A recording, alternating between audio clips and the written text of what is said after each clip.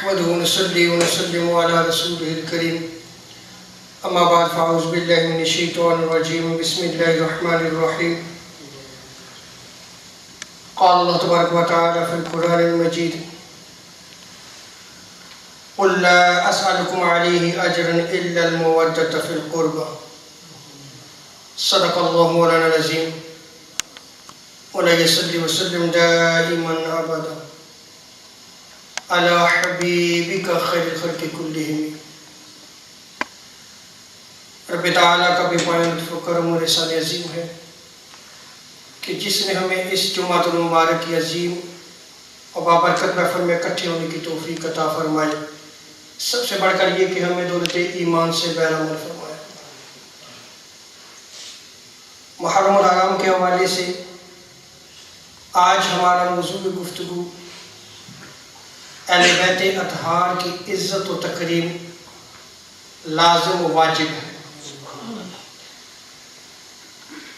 تاجدار کائنات صلی اللہ علیہ وسلم نے اپنی زندگی میں جہاں صحابہ کرام کے ساتھ ادب و تعظیم اور اسی طرح ان کا احترام کرنے کی تلقین فرمائی، ایسے ہی اہل بیت اطہار کی محبت کی بھی ترغیب سید عالم صلی اللہ علیہ وسلم جو ہم دیا کرتے تھے۔ حضرت عبداللہ ابن عباس رضی اللہ تعالیٰ عنہما اس روایت کو نقل کرتے ہیں، امام طبرانی نے معجم الکبیر میں اس روایت کو نقل کیا ہے اور امام حیثمی نے مجمع الزوائد میں اس روایت کو نقل کیا ہے۔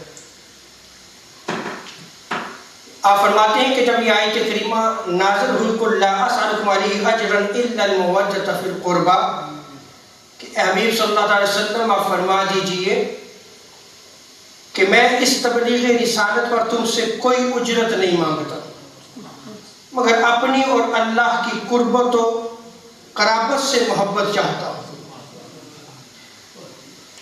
تو ہم نے جو ہے وہ بارگاہ مصطفیٰ صلی اللہ علیہ وسلم میں عرض کی قالوا یا رسول اللہ من قرابتک ہؤلاء الذین وجبت علینا مودتهم کہ اللہ کے رسول وہ کون سی قرابت ہے جن کی محبت ہم پر لازم قرار دی گئی ہے، جن کی محبت ہم پر جو ہے وہ واجب قرار دی گئی ہے۔ قال علی و فاطمہ و بناہما تو سید عالم صلی اللہ تعالی علیہ وسلم نے ارشاد فرمایا کہ وہ علی و فاطمہ ہیں اور حسن و حسین ہے۔ یہاں یہ یاد رکھ لیں کہ اہل بیت اطہار کون ہیں اور ان سے محبت کیوں لازم ہے۔ آج موضوع گفتگو بھی یہی ہے، تو کیا ہم آج اپنی اولاد کو اہل بیت کی محبت سکھاتے ہیں؟ اور اگر اہل بیت کی محبت نہیں ہے تو وہ شخص بے ایمان ہے، اس کا ایمان سے کوئی تعلق و واسطہ نہیں ہے۔ اگر ہم صحابہ کرام کی زندگیوں میں دیکھیں، چونکہ انہوں نے تاجدار کائنات صلی اللہ علیہ وسلم سے اہل بیت اطہار کی محبت اور جو آقا علیہ السلام ترغیب دیا کرتے تھے، سنا کرتے تھے، آقا کی مجلس سے سنا ہوا تھا، تو سیدنا صدیق اکبر رضی اللہ تعالیٰ عنہ کا امر مبارک تھا کہ آپ اہل بیت اطہار سے اس قدر محبت کیا کرتے تھے کہ امام حسن اور امام حسین علیہ السلام کو اپنے کندھوں کی سواری دیا کرتے تھے۔ اس روایت کو نور الابصار میں نقل کیا گیا ہے۔ ابن عساکر جو ہے وہ روایت کو نقل کرتے ہیں کہ حضرت عمر فاروق رضی اللہ تعالیٰ عنہ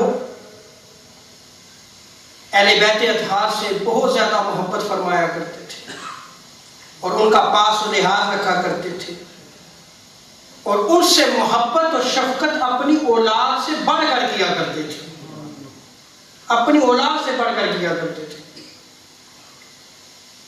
جب سیدنا عمر فاروق رضی اللہ تعالیٰ عنہ نے وظیفہ مقرر کیا صحابہ کرام کے لیے، یعنی بینیفٹس جو ہے وہ مقرر کیے گورنمنٹ کی طرف سے جو ہے وہ صحابہ کرام کو جو ہے وہ دیے جاتے تھے، تو سیدنا عمر فاروق رضی اللہ تعالی عنہ نے سیدنا امام حسن اور سیدنا امام حسین علیہ السلام کا جو وظیفہ مقرر کیا وہ بدری صحابہ کے برابر قرار دیا.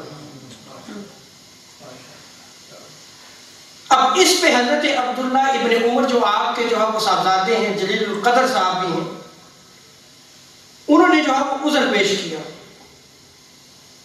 تو سیدنا عمر فاروق رضی اللہ تعالیٰ عنہ نے فرمایا بیٹا سنو، حسنین جیسی والدہ اور ان کے باپ جیسا باپ اور ان کے نانا جیسا نانا ڈھونڈ کے لاؤ، پھر ان کی ہمسری کا جو ہے وہ پاک کرو.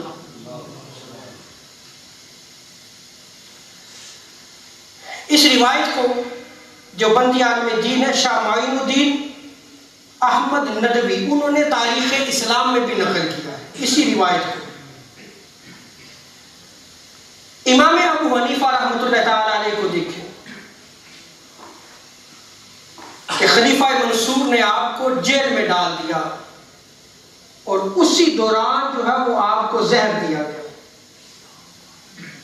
اس کا سبب یہ تھا کہ سیدنا امام ابو حنیفہ رحمۃ اللہ تعالی علیہ اہل بیت اطہار سے بہت زیادہ محبت کیا کرتے تھے، اور وہ دور عباسیوں کا دور تھا، اور اس دور کا جو خلیفہ تھا وہ منصور عباسی تھا. تو سیدنا امام ابو حنیفہ رحمۃ اللہ تعالی علیہ نے امام حسن کی اولاد سے جو سیدنا حضرت سید محمد نفس زکیہ حسنی تھے، ان کے حق میں فتویٰ دیا اور عباسیوں کے خلاف جہاد کرنے کا حکم دیا. اور نہ صرف جہاد کرنے کا حکم دیا بلکہ روایت میں آتا ہے کہ 4000 دینار ان کی مدد کے لیے بھی روانہ کیے. اور چونکہ اس وقت آپ کی عمر جو ہے وہ 80 سال تھی، بوڑھے ہو چکے تھے، ضعیف العمر تھے. آپ فرمایا کرتے کہ اگر میرے پاس لوگوں کی امانتیں نہ ہوتی تو میں لڑنے کے لیے آپ کے لشکر میں جو ہے وہ داخل ہو جاتا ہوں. اب ان کو جو جیل میں ڈالا گیا، زہر دیا گیا، کس وجہ سے؟ اہل بیت کی محبت کی وجہ سے. امام مالک رحمۃ اللہ تعالیٰ علیہ کے حوالے سے آتا ہے وہ بھی عباسی دور تھا، ان کو کوڑے مارے گئے، یہاں تک کہ امام مالک بے ہوش ہو گئے. ہوش آتا تو آپ فرماتے کہ میں روزے قیامت جو ہے وہ ان سے اس حوالے سے جو ہے وہ کوئی سوال نہیں کروں گا، اس لیے کہ یہ حضرت سیدنا عبداللہ ابن عباس کی اولاد سے یا آل رسول سے تعلق رکھتے ہیں، میں انہیں معاف کرتا ہوں. اور اسی طرح حضرت امام شافعی رحمۃ اللہ تعالی علیہ، ابن حجر مکی الشافعی نے اس کو الصواعق المحرقہ میں بیان کیا ہے. امام شافعی فرمایا کرتے اے رسول اللہ صلی اللہ علیہ وسلم کے اہل بیت، تمہاری محبت رب تعالیٰ کے نازل کردہ قرآن میں فرض قرار دی گئی اور تمہارے عظیم القدر ہونے کے لیے اتنا ہی کافی ہے کہ دوران نماز جو درود پاک پڑھا جاتا ہے، جو شخص یہ درود پاک آل محمد پر نہیں پڑھتا اس کی نماز جو ہے وہ قبول نہیں ہوگی. یہ کون فرمایا کرتا تھا؟ امام شافعی. اور امام شافعی رحمۃ اللہ تعالی علیہ کی حب اہل بیت کی وجہ سے آپ کو رافضی تک کہا گیا کہ یہ رافضی ہیں. تو آپ فرمایا کرتے ان کان رفدا حب آل محمد فلیشہد الثقلان انی رافضی، کہ سن لو اگر حب آل محمد جو ہے وہ رفض ہے تو سب سے بڑا اے جن و انس کے گروہ سن لو میں سب سے بڑا رافضی ہوں. یہ کون فرمایا کرتا؟ امام شافعی رحمۃ اللہ تعالی علیہ. اور امام احمد بن حنبل رحمۃ اللہ تعالی علیہ، یہ چاروں اماموں کے حوالے میں اس لیے دے رہا ہوں کہ اہل سنت و جماعت یہ 4 مسالک ہیں، 4 اسکول آف تھاٹس ہیں، یہی حق پر ہے، یہی سواد اعظم ہے۔ آپ ان بڑے اماموں کا عقیدہ اہل بیت اطہار کی نسبت سے سمجھیں کہ وہ کیا عقیدہ رکھتے تھے۔ امام احمد بن حنبل رحمۃ اللہ تعالیٰ نے المناقب میں اہل بیت اطہار کی فضیلت میں بہت زیادہ روایات کو نقل کیا، اور تاریخ الخلفاء میں آپ کے حوالے سے نقل کیا گیا ہے۔ امام احمد بن حنبل رحمۃ اللہ تعالیٰ نے فرمایا کرتے کہ جس قدر احادیث حضرت مولا علی کرم اللہ وجہ الکریم کے حوالے سے نقل کی گئی ہیں، کسی اور صحابی کی شان میں اس قدر روایات نقل نہیں کی گئی۔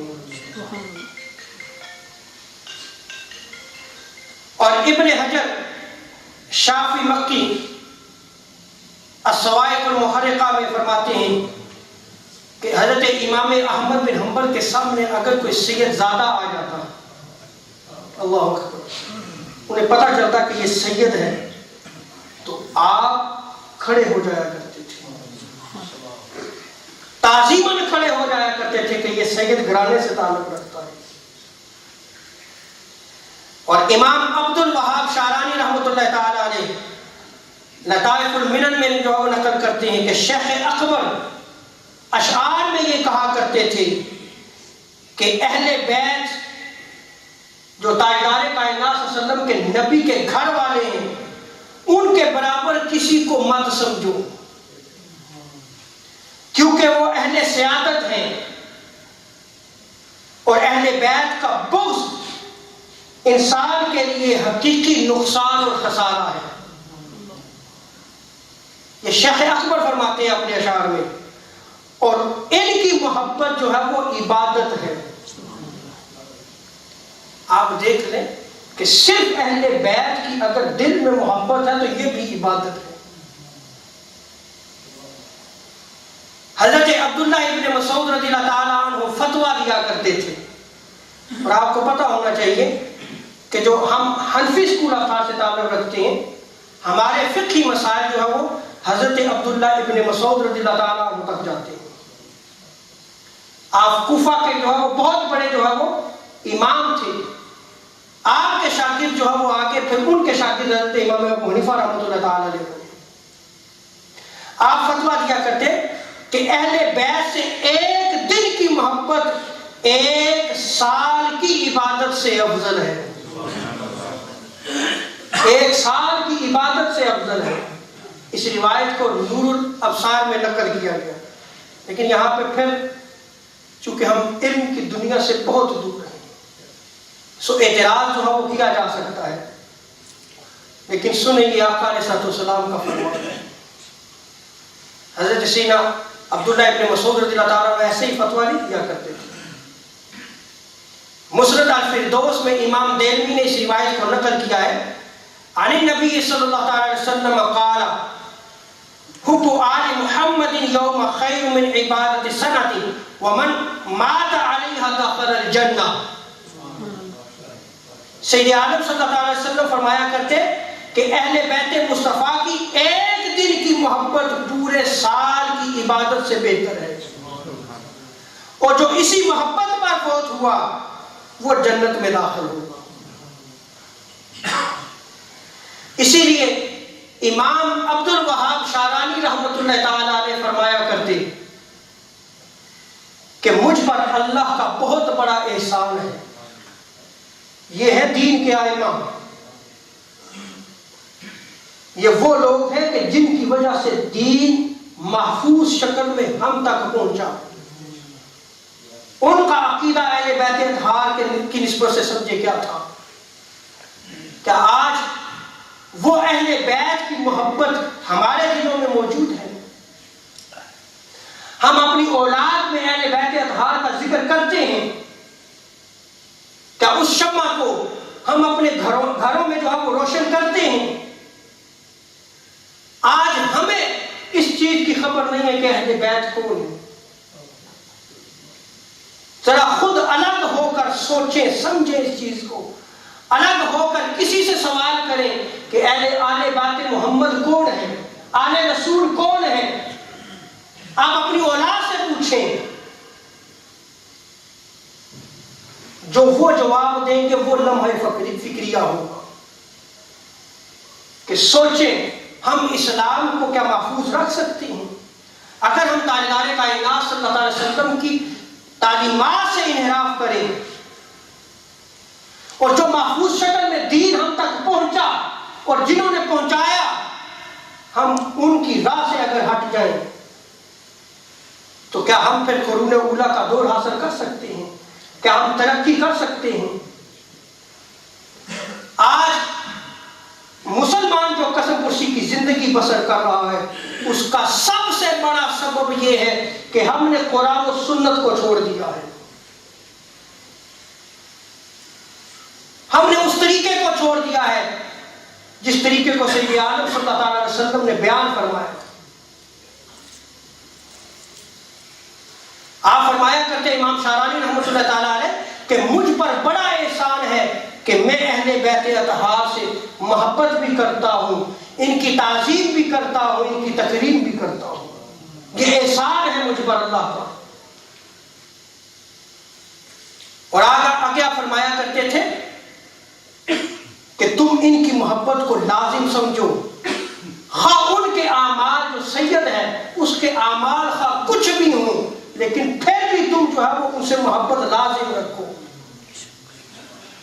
کیونکہ برے اعمال کی وجہ سے جو شرف انہیں نسبی عطا کیا گیا اس میں کمی نہیں آتی. تم نے جو ان کا ادب جو رسپیکٹ کرنی ہے اس خون کی وجہ سے کرنی ہے جو خون رسول ہے.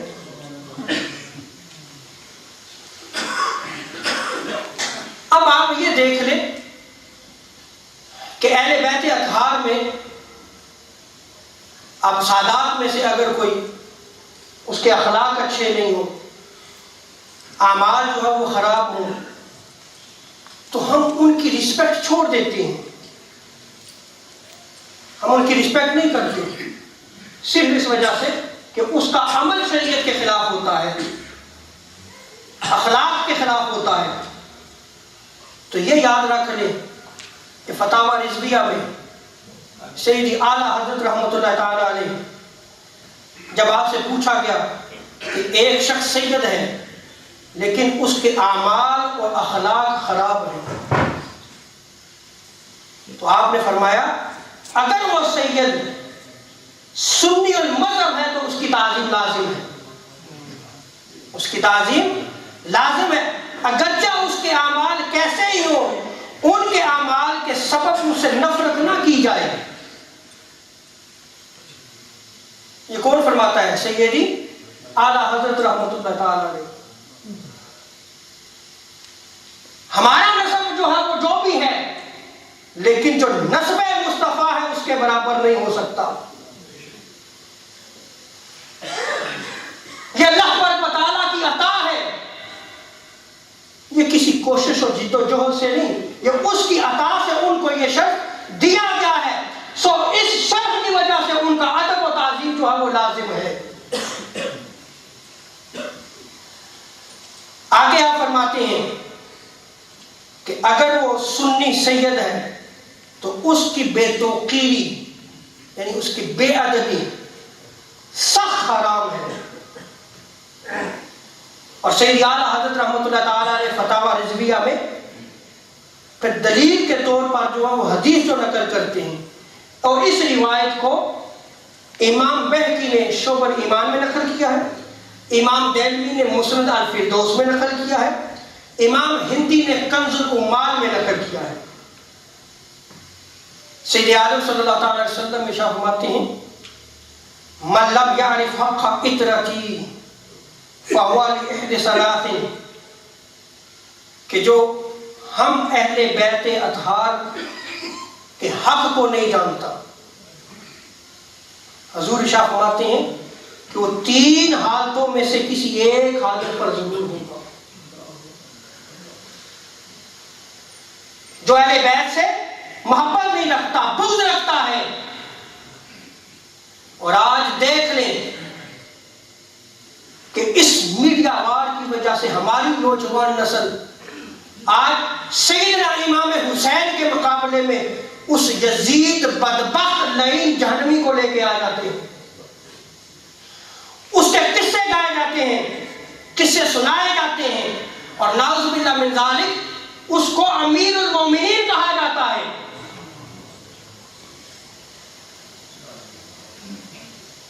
اور یہ سب نام نہاد سکالر کی وجہ سے جو ہے وہ ہو رہا ہے، اور انہی کے چینلز اور انہی کے ویڈیو کلپس آج ہمارے گھروں میں موجود ہیں، ہم سنتے سناتے ہیں۔ اسی محرم الحرام میں اگر گفتگو ہوتی ہے تو کیا مقابلہ تھا امام حسین کے مقابلے میں اس یزید بدبخت لعین جہنمی کو کھڑا کیا جاتا ہے نہیں کھڑا کیا جاتا؟ ان کے گن گائے جاتے ہیں نہیں گائے جاتے؟ اور اس محرم الحرام میں اگر اہل بیت اطہار کا ذکر کر دیا جائے تو آپ پہ شیعہ ہونے کا جو ہے وہ بلیم لگ جائے گا کہ یہ شیعہ ہے۔ آپ اس منبر پر کھڑے ہو کر اگر اہل بیت اطہار کے مناقب اور فضائل کو بیان کرے تو کہا جاتا ہے کہ یہ شیعہ ہے۔ اس کی طبیعت میں شیعہ رنگت نظر آتی ہے۔ انا للہ و انا الیہ راجعون۔ تاریخ الخلفاء میں اس منبر پر بیٹھنے والے یاد رکھ لیں، امام جلال الدین سیوطی رحمۃ اللہ تعالی علیہ نقل کرتے ہیں، آپ فرماتے ہیں کہ ایک دفعہ امام حسن علیہ السلام جو ہے وہ جب دیکھا کہ سیدنا عمر فاروق جو ہے وہ منبر رسول پر بیٹھے ہیں تو مولا حسین فرماتے ہیں عمر نیچے تشریف لائیے، یہ میرے نانا کا منبر ہے، یہ میرے نانا کا منبر ہے۔ سیدنا عمر فاروق نیچے تشریف لے آئے، آپ کی آنکھوں میں آنسو تھے اور روتے ہوئے جو ہے وہ عرض کرنے لگے ہاں یہ آپ کے نانا کا منبر ہے، یہ آپ کا منبر ہے۔ حضرت مولا علی وہاں پہ موجود تھے، آپ نے امام حسین علیہ السلام کی طرف دیکھا اور کہا، سیدنا عمر فاروق رضی اللہ تعالیٰ عنہ سے فرمایا کہ میں نے یہ ان کو نہیں کہا، انہوں نے تو اپنی طرف سے کہا ہے۔ آج جس منبر پر ہم بیٹھتے ہیں، اللہ اکبر، وہ جو وارث ہیں اس منبر کے، ان کی اگر تعلیم کی جائے، ان کی محبت کی بات کی جائے تو آپ کو کہا جاتا ہے کہ جی یہ تو جو ہے وہ شیعہ ہو گیا۔ تباہی و بربادی ہے یا کہ نہیں؟ اور جو بغض اہل بیت رکھتا ہے یاد رکھ لے اس کی 3 حالتوں میں سے ایک حالت ضرور ہوگی۔ یہ سید عالم صلی اللہ علیہ وسلم کا فرمان ہے، آپ فرماتے ہیں اما منافق، جب دیکھو نا کہ مولا حسین کے مقابلے میں یزید کو کھڑا کر رہا ہے، وہ منافق ہے، بدبخت ہے۔ وہ اگر مناقب یزید بیان کرتا ہے سمجھ لو یہ بغض اہل بیت کی وجہ سے کر رہا ہے، یہ منافق ہے۔ اور اگر وہ منافق نہیں ہے تو سنیں سید عالم صلی اللہ علیہ وسلم کیا ارشاد فرماتے ہیں، آپ فرماتے ہیں وَإِمَّا لِزِنْيَةٍ، وہ پکا حرامی ہے۔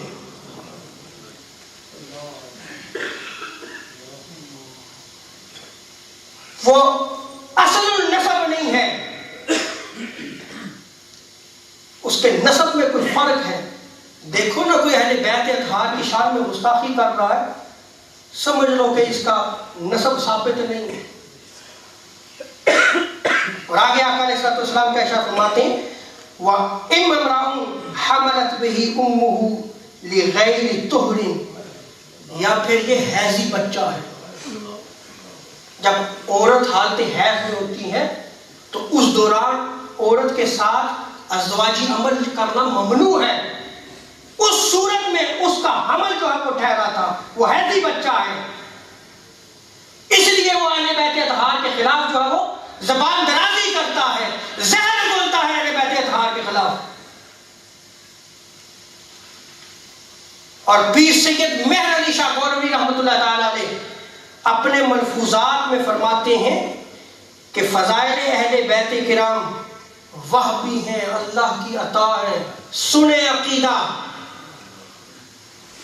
اس لیے کوئی شخص ریاضت و مجاہدات سے خون نبی کی نہ تاثیر کو حاصل کر سکتا ہے نہ فیوز و برکات کو پہنچ سکتا ہے، کیونکہ جو کچھ بھی اہل بیت کرام کو عطا ہوا ہے وہ ان کی کوشش سے نہیں بلکہ محض عنایت ازلی ہے، اللہ کی عطا ہے ان پر، اس کا کوئی بھی مقابلہ نہیں کیا جا سکتا۔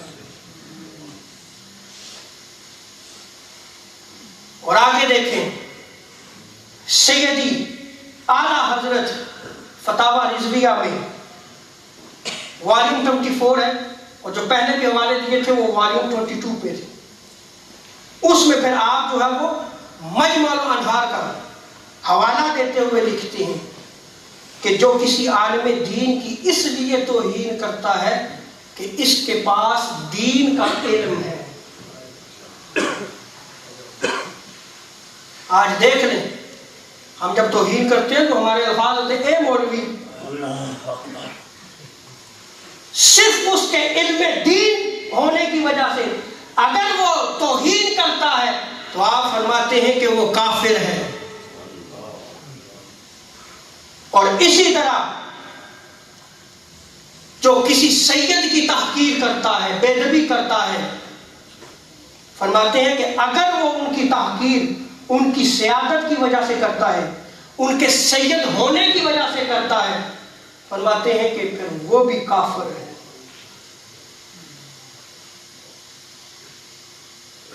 اور آگے آپ فرماتے ہیں کہ سادات کی تعظیم فرض ہے اور ان کی توہین حرام ہے۔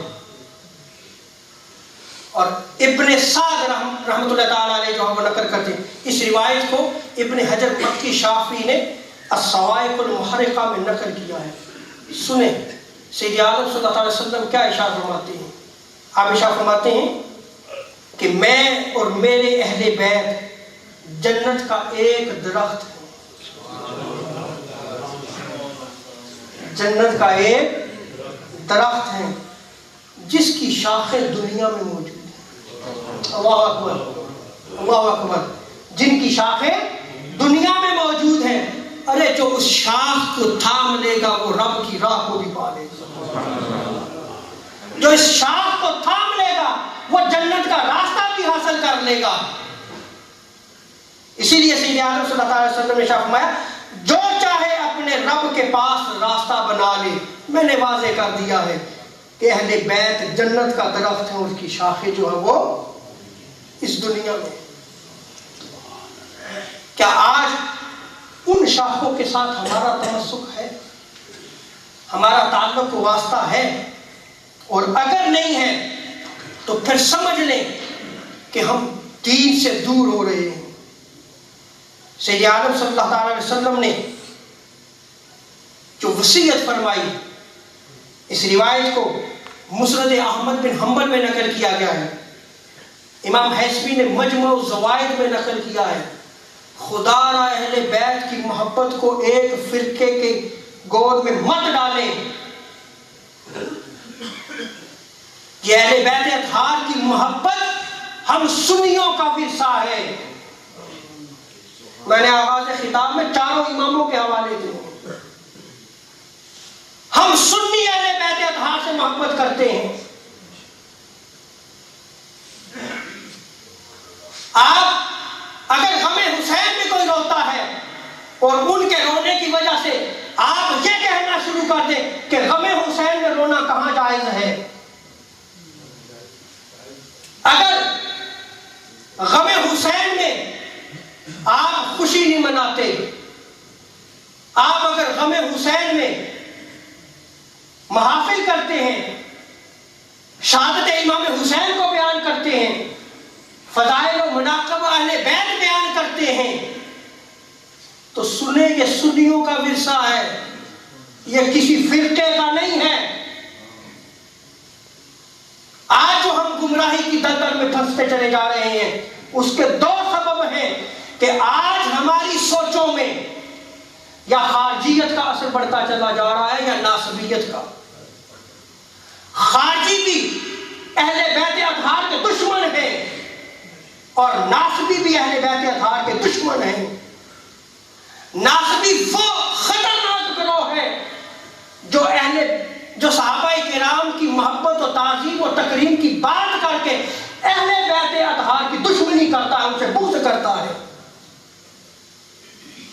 اور آج دیکھ لیں کہ ہمارے سنی اس چیز کو جو ہم اپناتے چلے جا رہے ہیں. آپ مجھے یہ بتائیں کہ سیدنا امیر معاویہ رضی اللہ تعالیٰ عنہ صحابی رسول ہیں، ان کی شان میں اس مہینے میں جو ہے وہ آپ محافل کریں تو یہ بغض اہل بیت نہیں تو کیا ہے؟ آپ اگر سیدنا امیر معاویہ کو مولا کائنات کے مقابلے میں لا کھڑا کرتے ہیں، یہ سنیوں کا عقیدہ نہیں ہے. ارے مولا علی کے مناقب اور سیدنا امیر معاویہ کے مناقب کا کوئی تقابل نہیں ہے. لیکن آج ہو رہا ہے یہ سارا کچھ. سید عالم صلی اللہ علیہ وسلم ارشاد فرماتے ہیں، اس روایت کو نقل کر کے اختتام کرتا ہوں. زید بن ثابت اس روایت کو نقل کرتے ہیں. سید عالم صلی اللہ علیہ وسلم ارشاد فرماتے ہیں، انی تارک فیکم خلیفتین کتاب اللہ حبل ممدود ما بین السماء والارض او ما بین السماء الى الارض وعترتی اہل بیتی وانہما لن یتفرقا حتی یرد علی الحوض. سید عالم صلی اللہ علیہ وسلم ارشاد فرماتے ہیں کہ بے شک میں تم میں دو نائب، دو خلیفہ چھوڑ کے جا رہا ہوں. ایک اللہ کی کتاب ہے جو آسمان اور زمین کے درمیان جو ہے وہ پھیلی ہوئی رسی کی طرح ہے، اور دوسرا میری اطرت، میرے اہل بیت، یعنی میرے اہل بیت. یہ ہے کہ دونوں اس وقت تک ہرگز جدا نہیں ہوں گے جب تک میرے پاس حوض کوثر پر نہیں پہنچتا. ان دو کا تمسک آقا علیہ الصلوۃ والسلام ارشاد فرماتے ہیں. زید بن ارقم اس روایت کو نقل کرتے ہیں، مستدرک حاکم میں اس روایت کو نقل کیا گیا ہے. فرماتے ہیں ایھا الناس، سید عالم صلی اللہ علیہ وسلم ارشاد فرماتے ہیں، اے لوگو انی تارک فیکم امرین لن تضلوا، کہ اگر تم ان دو کا دامن تھام کے رکھو گے کبھی بھی گمراہ نہیں ہوگے. فرمایا وہما کتاب اللہ، اور ان میں سے ایک اللہ کی کتاب ہے، وَأَهْلُ بَيْتِ اطراتی، اور دوسرے میرے اہل بیت اطہار. اللہ تعالیٰ جو وہ ہمیں اہل بیت اطہار کی محبت و تعظیم کرنے کی